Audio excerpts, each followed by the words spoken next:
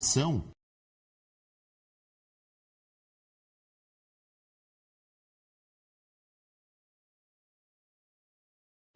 E muito obrigado, professor Rodrigo, porque nós vamos tratar de um tema espinhoso. A distância, em todos os sentidos, do Brasil com a Rússia e a Ucrânia é abissal, né? De relações comerciais menos, mas de integração política, a presença do Brasil no Conselho de Segurança e tal. Entendo que a presença, para sair na foto, Lula, ele está lá para se manter na mídia, para se manter na atenção global, antes que esqueçam que a Rússia invadiu a Ucrânia. Em fevereiro a gente vai ter o 5º ano de guerra. Agora, o que o Brasil pode fazer, no melhor sentido, né? Que eu preciso ser fiel aos fatos, né? O que o Brasil pode colaborar para o final da guerra?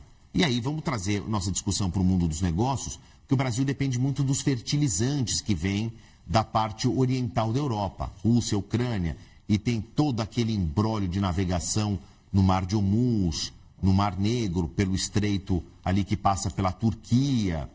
Bom, coloquei várias camadas, né? Desculpa, agora entrego o senhor para desatar esse nó. Muito bom dia, obrigado por participar da nossa programação, professor. Muito bom dia, eu é que agradeço. Bom, o que ocorreu em Evian ontem, às margens do encontro de cúpula do G7, de fato, soma capital político para ambos os lados. Refiro-me ao presidente Luiz Inácio Lula da Silva e ao presidente Volodymyr Zelensky, no encontro que durou algo em torno de 40 minutos. E num contexto bastante conturbado, 4 anos e 4 meses de guerra, portanto, de fevereiro de 2022 até o tempo presente, contra o presidente russo. Não é o primeiro encontro entre Lula e Zelensky. O primeiro aconteceu ano passado, durante a Assembleia Geral das Nações Unidas, em Nova York. Mas as relações entre ambos os países, Ucrânia e Brasil, andaram conturbadas de lá para cá.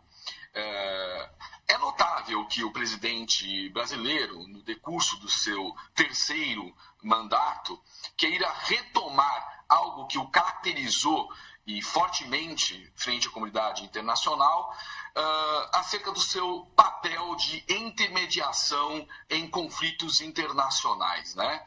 E chegou a fazê-lo. O próprio presidente ucraniano reconheceu a sua importância para que houvesse aquele encontro de representantes de ambos os países em Istambul. Mas, já desde o ano passado, o Zelensky tem se postado de maneira a demarcar uma distância cautelar em relação à diplomacia brasileira. Rejeitou publicamente a proposta elaborada por China e Brasil para o fim da guerra e disse que o Brasil, o trem da história para o Brasil já passou. O que quer dizer que ele não teria mais esse poder negocial de intermediar conflitos internacionais e que a sua projeção como liderança regional estaria, contudo, diminuída. Eu não tenho tanto acordo sobre isso, não é? Porque o Brasil tem importância em torno de uma série de agendas, sobretudo em relação à emergência climática. O presidente Lula é uma liderança que tem sido ouvida, não fosse isso, não teria sido mesmo convidado para compor o G7 nesse ano. E Brasil e Rússia são expoentes dos BRICS. O que explica muitos dos entreveros entre Brasil e Ucrânia no passado recente e esse distanciamento diplomático mantido pela Ucrânia, que agora sinaliza-se tende a mudar. Como bem dito aqui, isso não ultrapassa muito o campo simbólico.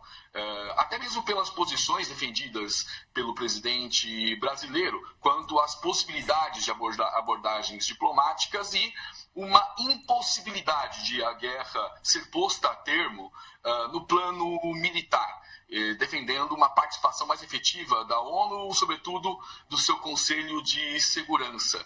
Não me parece ser efetivamente um cenário factível. Tudo indica, apesar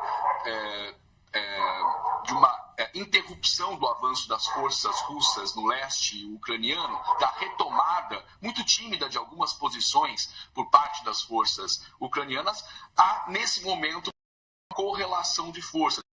que o conflito decidirá da parte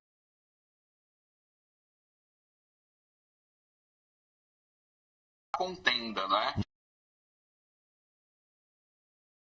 Muda com a possibilidade do gás russo, o que pode fazer retomarem países importantes, por exemplo, os do G7, sanções contra a Rússia. Isso foi discutido numa das sessões de trabalho da cúpula do G7, dedicada exatamente a questões de segurança e, em específico, a guerra entre Rússia e Ucrânia. Portanto, a União Europeia, que já apoiava, né, seus 27 Estados-membros, a Ucrânia no conflito, tende a reforçar o apoio e contar com uma nova bateria de sanções contra a Rússia na próxima quadra histórica.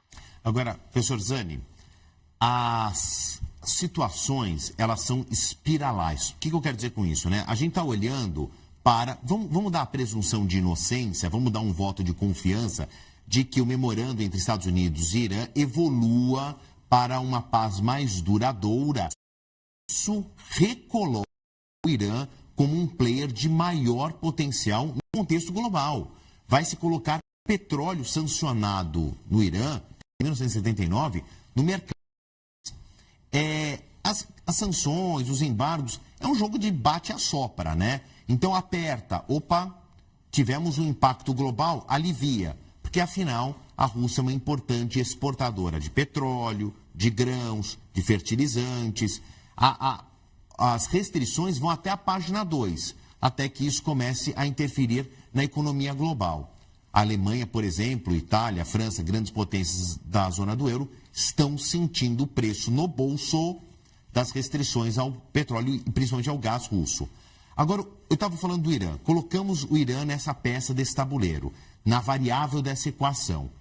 Com o petróleo iraniano que deixa de ser sancionado e ser jogado no mercado internacional, não só para o Sudeste Asiático, para a China, para a Índia, para outros parceiros, agora para o Ocidente também, numa perspectiva para 2026, 2027, mais provavelmente menos cartas na manga? Sem a menor sombra de dúvidas, pouco interessa a Moscou o fim da contenda entre Estados Unidos e Irã. Se nós lembrarmos que, recentemente, por exemplo, o próprio governo norte-americano derrubou barreiras que impediam a importação de petróleo russo para tentar compensar o problema da formação de preços dos combustíveis que atinge diretamente o consumidor norte-americano, impactando em diversos produtos, não é, que são transportados pelo modal rodoviário. Também teve o aumento do frete marítimo em 400%, do querosene para aviação. Há problemas de segurança efetivamente implicados nisso e uma queda da popularidade do presidente norte-americano para abaixo dos 30%. E prestes as eleições de meio de mandato, as middle elections, que ocorrerão agora em novembro, onde parte do poder legislativo se renovará e o republicano certamente perderá parte expressiva da sua base de apoio, que já é pequeníssima. Dizer, ele não é consenso a guerra entre Rússia e Ucrânia findar. Isso porque não há entre ambos os chefes de Estado vontade política para ceder parte dos seus interesses e chegar a bom termo. Também não ficou demonstrada a capacidade de quaisquer interlocutores para a consecução de um processo de paz conseguirem fazer chegar tanto Zelensky quanto Putin a esse ponto mediano, né, e abnegar parte dos seus objetivos mais centrais. E uma vitória militar deve demorar um tanto a ser alcançada. Tudo indica que em favor da Rússia, que tende a tolher o leste ucraniano, sobretudo em razão da sua importância estratégica como fonte provedora de recursos energéticos, mas ao tempo que se mantém com o apoio da União Europeia ao ucraniano do até então presidente desconhecido, Volodymyr Zelensky, como capital político, sendo ganho às expensas do povo ucraniano. Esses quase 5 anos do petróleo russo fez com que a própria estratégia da Casa Branca mudasse bruscamente de direção. Estamos frente a incertezas, não arrisco projetar nada para muito além do que eu aqui disse, né? Porque a possibilidade de sermos pegos de assalto pela própria realidade, o imponderável que nela está inscrito, é que se impõe.